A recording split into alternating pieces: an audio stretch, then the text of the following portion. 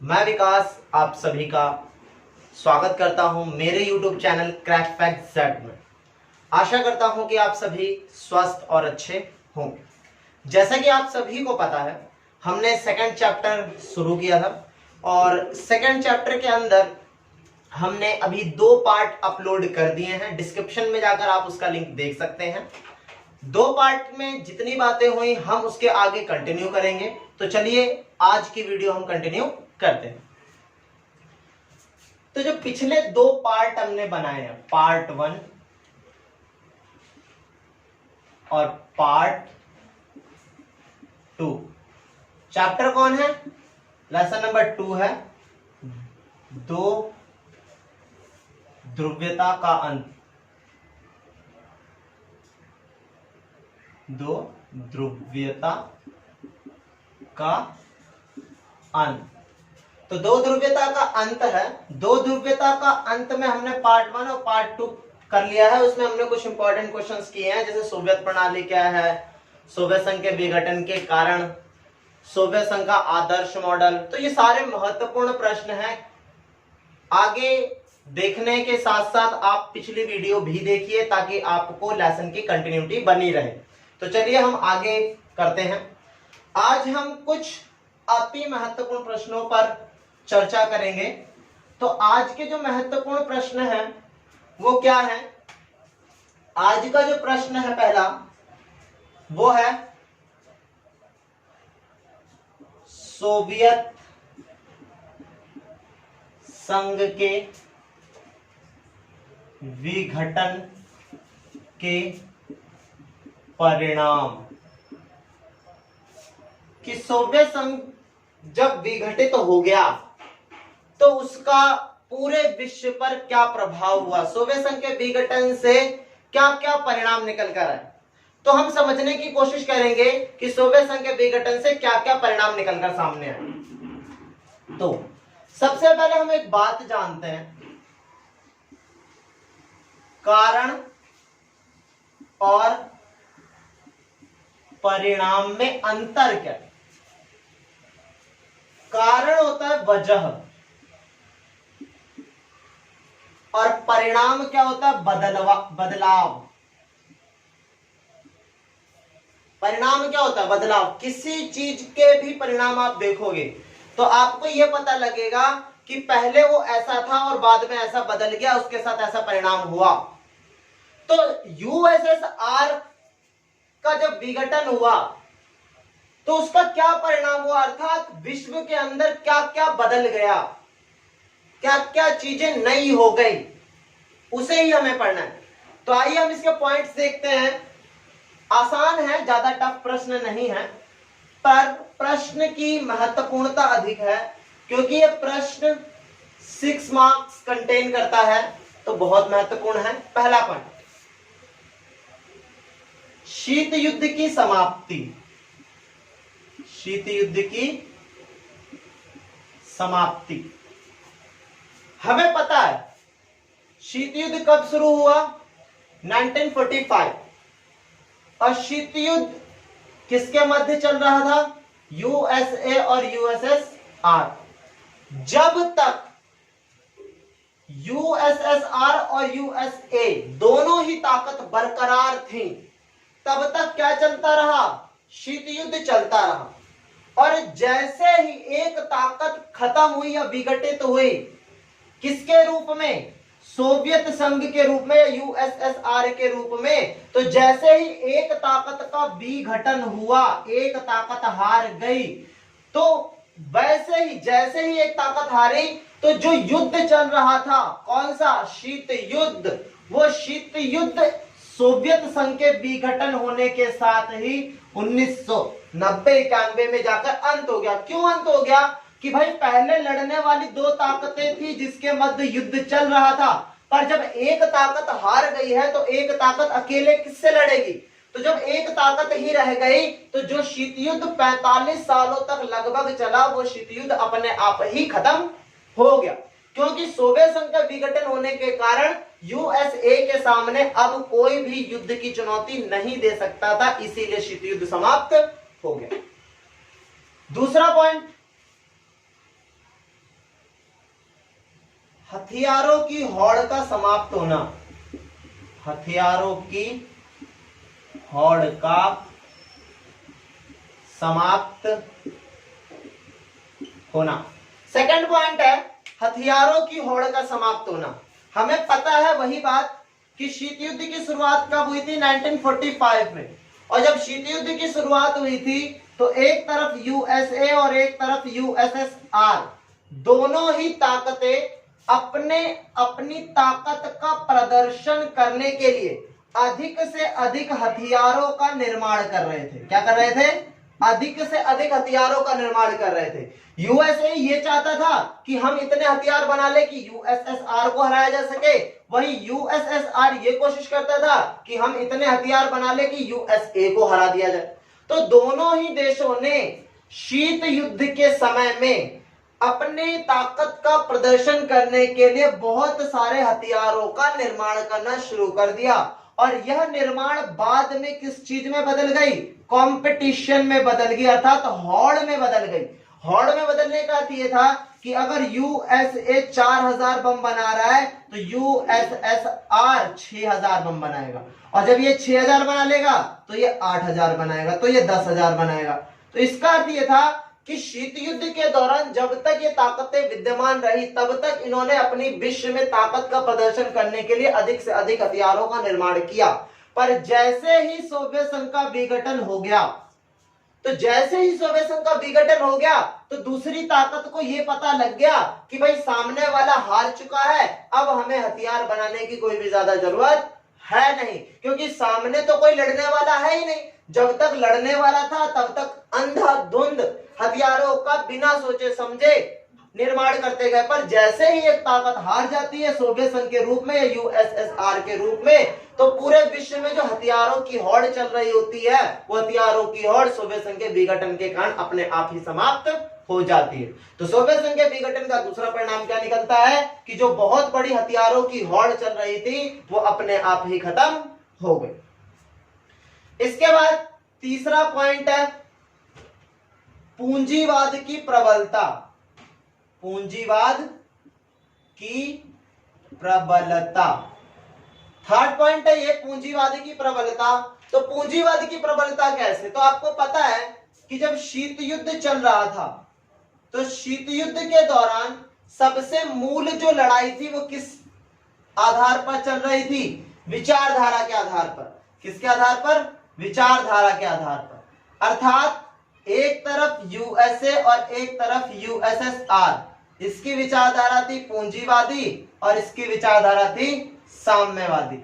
अर्थात शीत युद्ध के दौरान अमेरिका पूरे विश्व को यह साबित करना चाहता था कि पूंजीवाद ज्यादा मजबूत है, पूंजीवाद ज्यादा मजबूत है। वहीं दूसरी तरफ यूएसएसआर यह साबित करना चाहता था कि साम्यवाद ज्यादा ताकतवर है। तो दोनों के दोनों ने अपनी अपनी विचारधारा को बखूबी फैलाने की कोशिश की और उसको ताकतवर दिखाने की कोशिश की।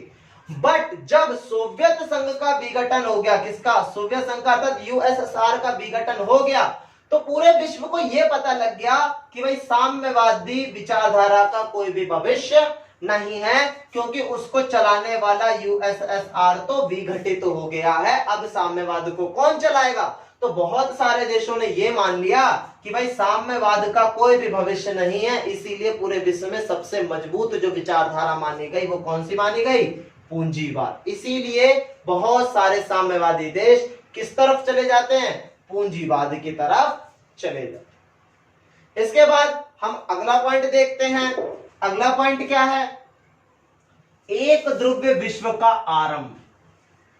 पॉइंट है एक ध्रुव विश्व का आरंभ।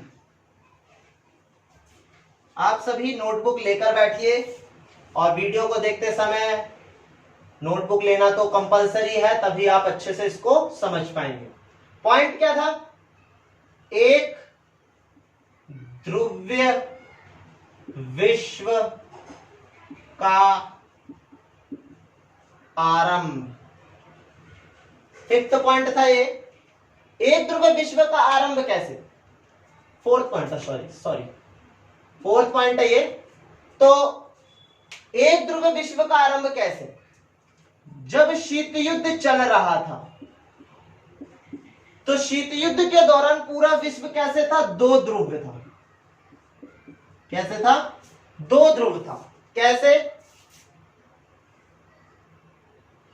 एक लट्टू है, ये लट्टू वाला एग्जाम्पल आपको अच्छे से समझने के लिए और हमेशा याद रखने के लिए आपको लेसन नंबर फर्स्ट जो था उसकी वीडियोस को देखनी पड़ेंगी। उसमें मैंने समझाया है कि लट्टू का कॉन्सेप्ट क्या है, तो आप उसको भी देखिए, फर्स्ट चैप्टर को।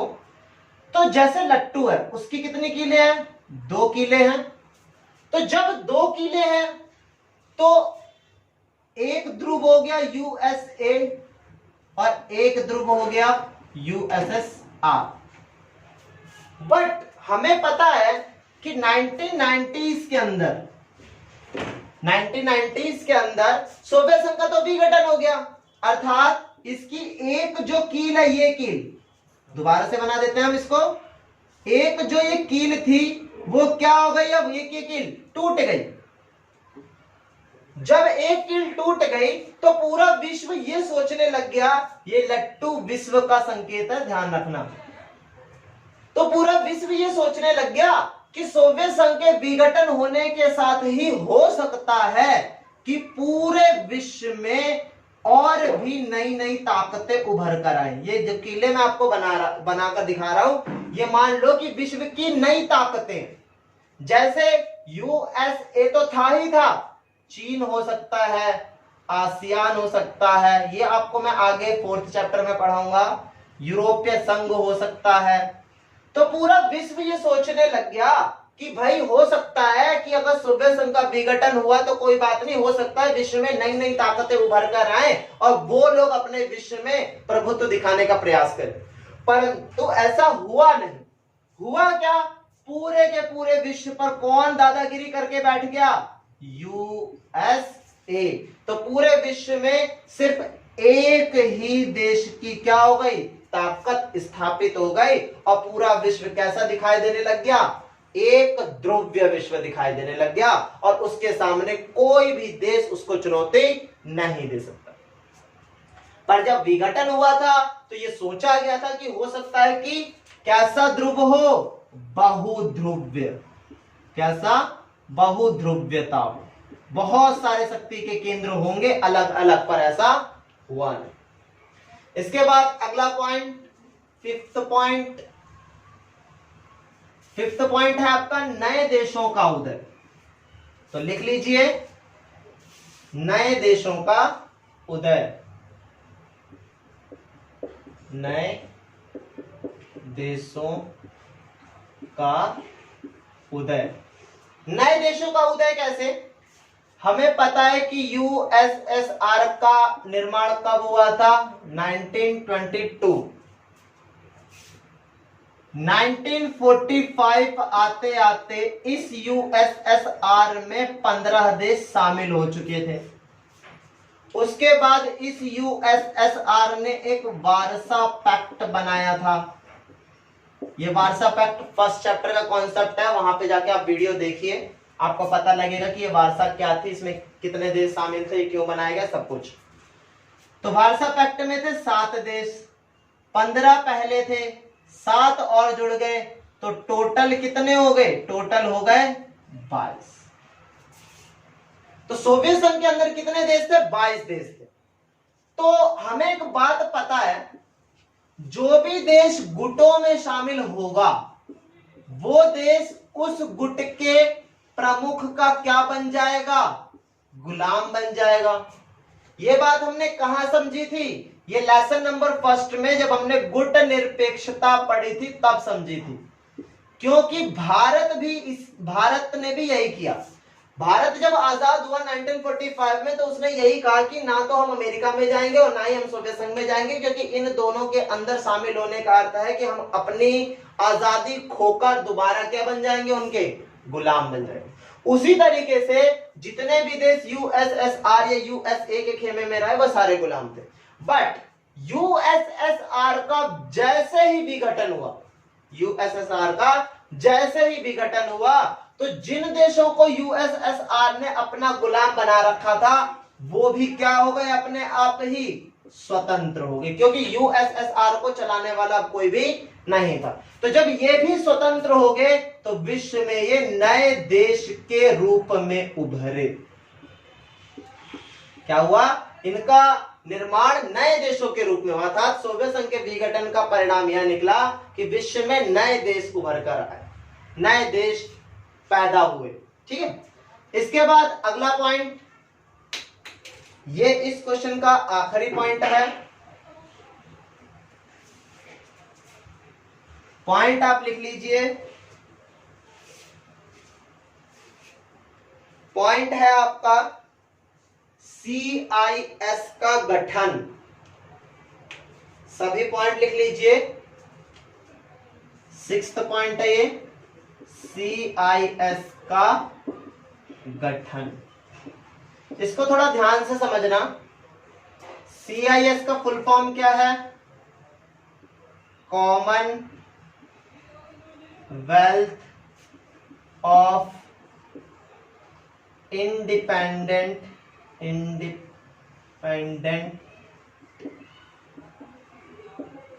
स्टेट्स। ठीक है, अब ये क्या है? यूएसएसआर का विघटन कब हुआ? 1990 में या 1991 में, कोई कंफर्म डेट नहीं है। जैसे ही सोवियत संघ का विघटन हुआ तो सोवियत संघ में कितने देश शामिल थे? 15। बहुत सारे देश किस तरफ चले गए? पूंजीवाद में चले गए। ठीक है, और बहुत सारे देशों ने यह कहा कि भाई भले ही सोवियत संघ का विघटन हो गया, सोवियत संघ को चला कौन रहा था? रूस। तो विघटन के बाद यह हुआ कि 15 देशों में से कुछ देशों ने यह कह दिया कि हम तो भाई जा रहे पूंजीवाद में, हम तो आपका साथ छोड़ देंगे, अर्थात तो रूस का साथ छोड़ देंगे।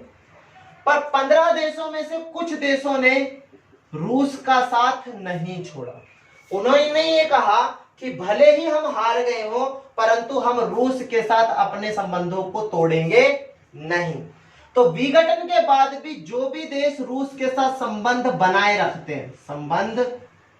रखते हैं, उन देशों के समूह को, अर्थात उन देशों के नए समूह का नाम क्या रख दिया गया?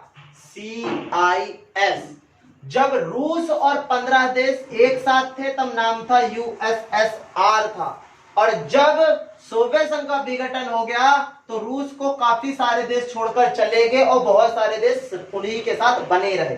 तो जो देश बचे रहे, उनके साथ बने रहे, उन देशों ने अपना एक नया संगठन बनाया जिसका नाम था CIS।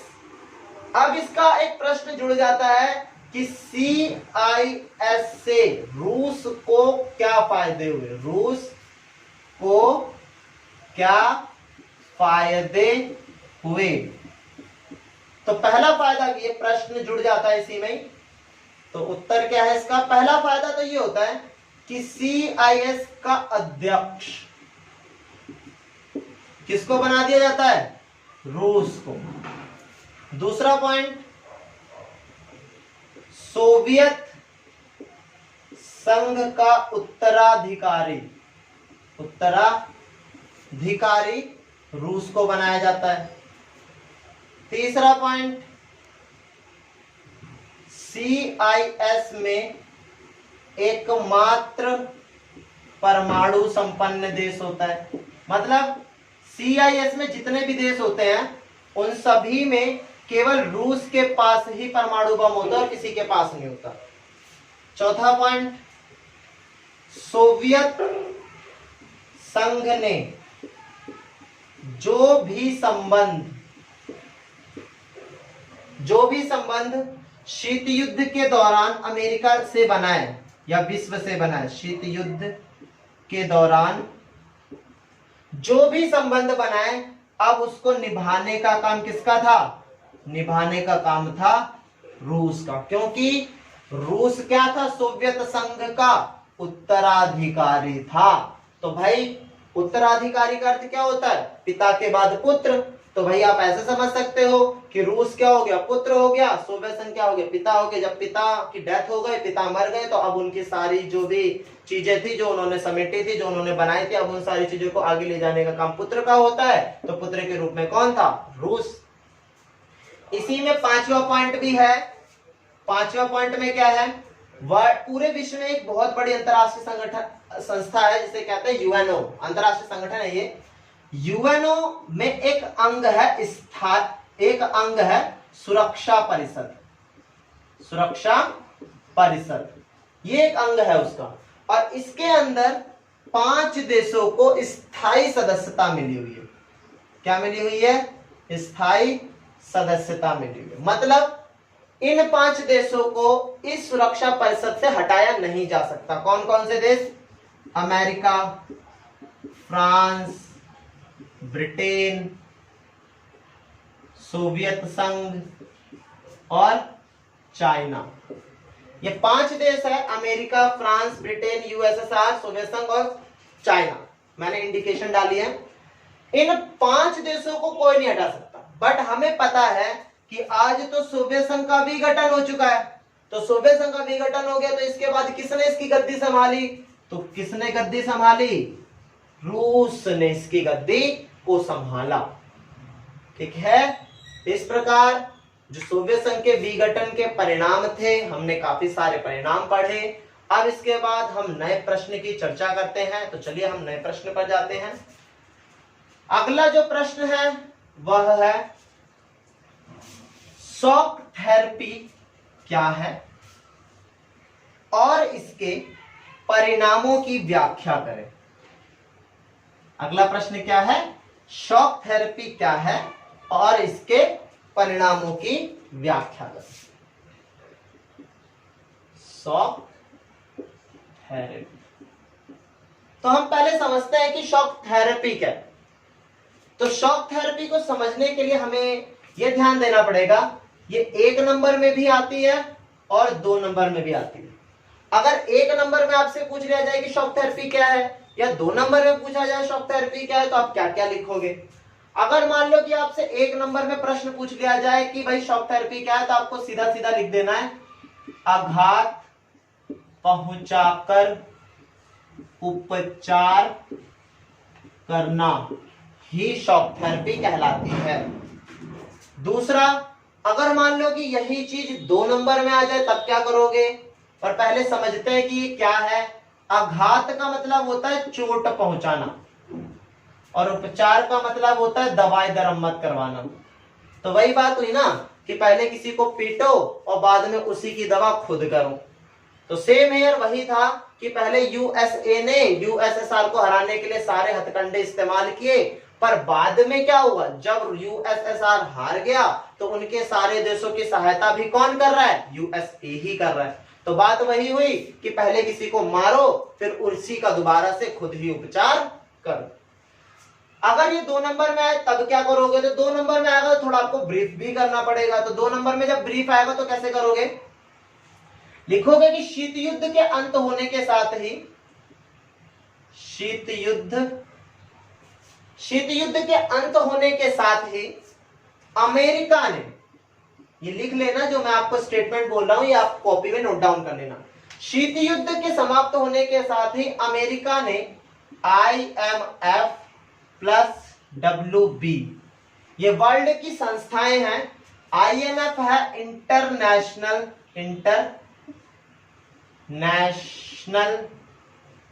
मॉनेटरी फंड, ये एक संस्था है वर्ल्ड के अंदर।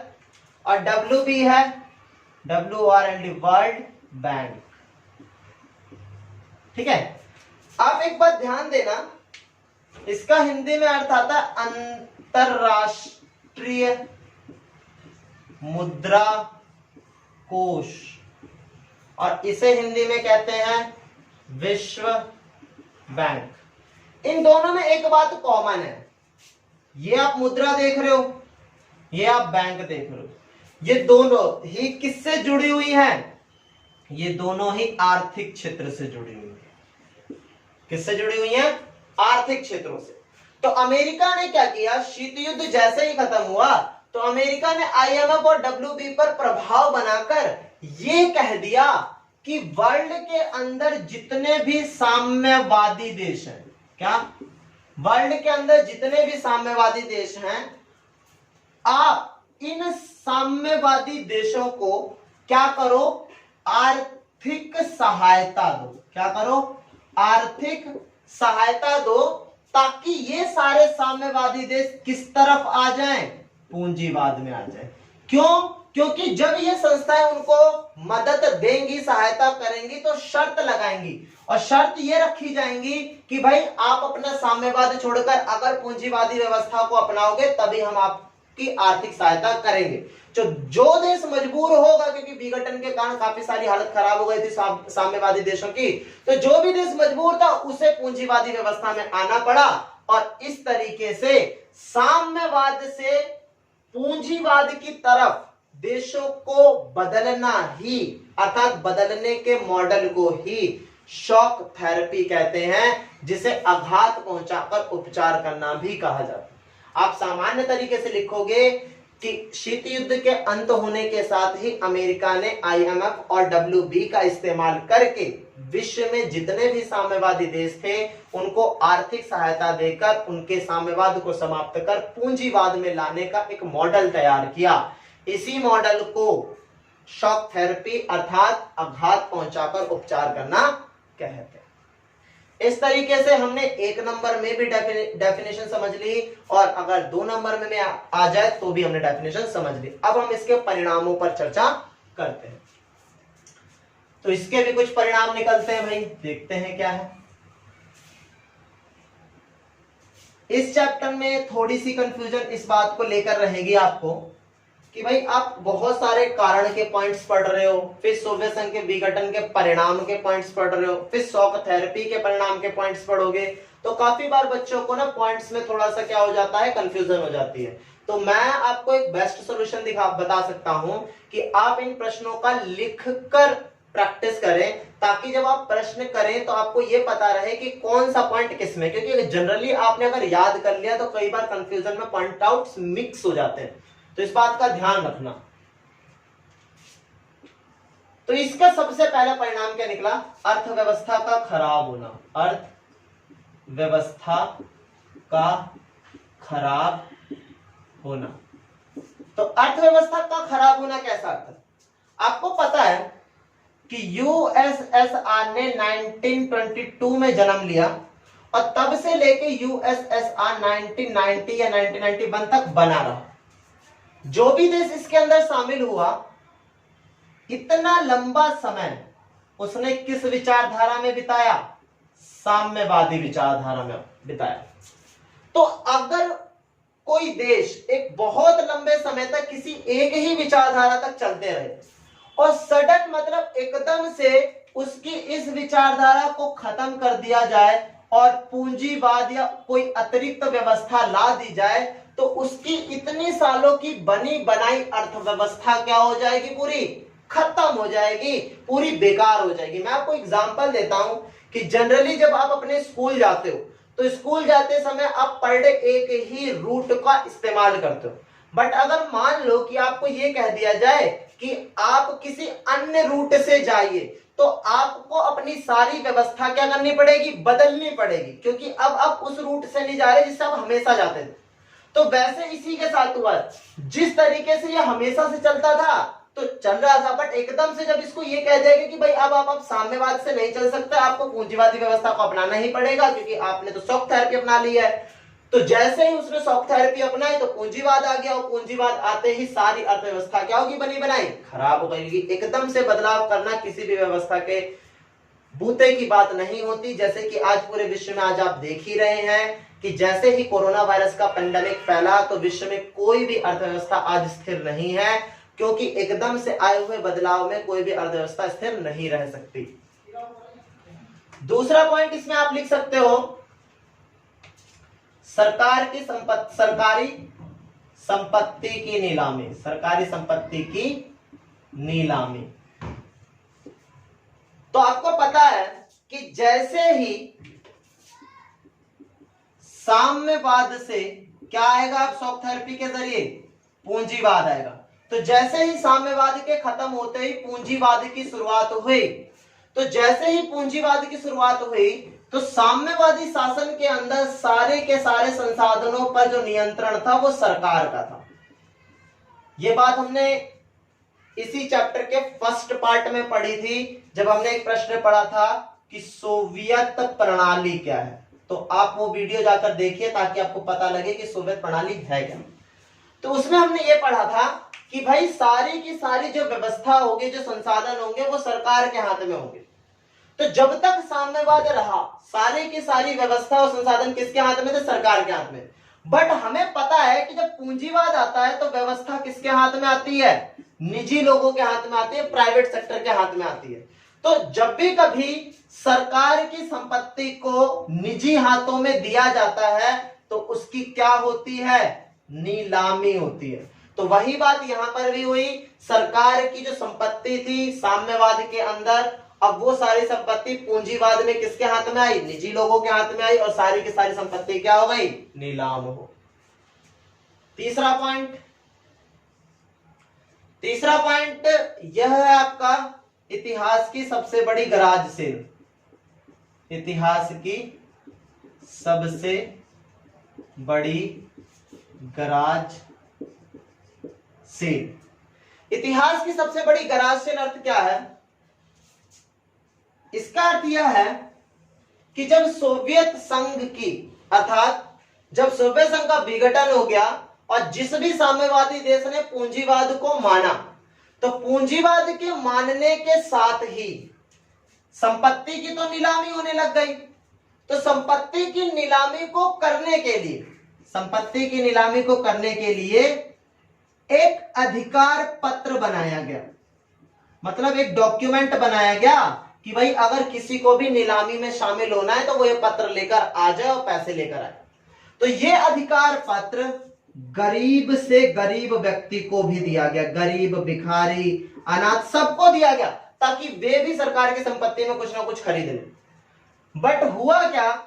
अमीर लोगों ने इन गरीब को कुछ पैसे देकर सारे अधिकार पत्र ले लिए और सारे अधिकार पत्र अपने पास लेकर सरकार की संपत्ति को औने पौने दामों पर बेच दिया। औने पौने का अर्थ है कि अगर कोई वस्तु 100 रुपए की है तो इन्होंने 10 ही रुपए में उसको खरीद लिया। अगर कोई वस्तु 1000 रुपए की है तो वो 100 ही रुपए में बिक गई। कहने का अर्थ कि ये इतनी बड़ी नीलामी थी कि विश्व में आज तक कभी भी सरकार की इतनी सारी संपत्तियों की नीलामी नहीं हुई थी, या इतने बड़े स्तर पर और इतने औने पौने दामों पर सेल नहीं हुई थी। चौथा पॉइंट, रूसी मुद्रा रूबल में गिरावट। क्या हुआ? जब पूरे वर्ल्ड के अंदर बहुत सारे साम्यवादी देश पूंजीवाद की तरफ जाने लग गए, तो साम्यवाद के जनक कौन थे? रूस थे, अर्थात रूस ने ही साम्यवाद का उभार किया था।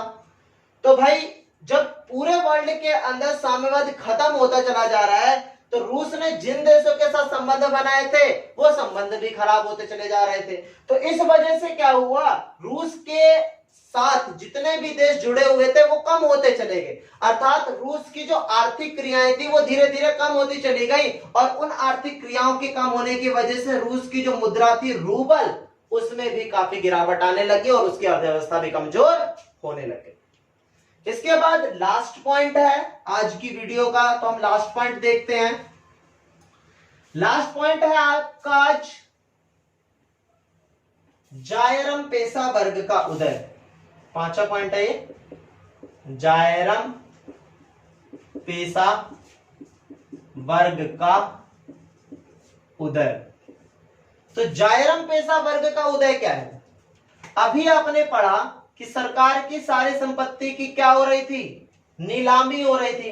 तो जब सरकार की सारी संपत्ति की नीलामी हो रही थी तो चंद अमीर लोगों ने, मतलब मुट्ठी भर अमीर लोगों ने सारी सरकारी संपत्ति खरीद ली और सारी सरकारी संपत्ति खरीदकर अपने पास जमा कर ली, और अपने पास जमा करने के बाद उसको अपने हिसाब से चलाने लगे।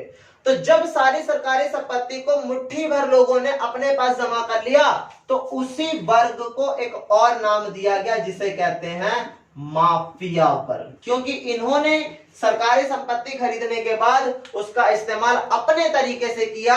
जैसे कि अगर किसी ने रोड खरीद ली, किसी ने स्कूल खरीद लिया, किसी ने हॉस्पिटल खरीद लिया, तो उसने उसका इस्तेमाल अपने हिसाब से किया, जनता की जरूरतों के हिसाब से या जनता की स्थितियों को देखकर नहीं किया। तो यह प्रश्न भी हो गया। इस पार्ट के अंदर हमने 2 प्रश्न किए हैं। सोवियत संघ के विघटन के परिणाम भी 6 मार्क्स का प्रश्न था, और शॉक थेरेपी मैक्सिमम 4 नंबर का आता है। तो आप इस वीडियो को अच्छे से देखें, और सभी को गुड बाय एंड नमस्कार।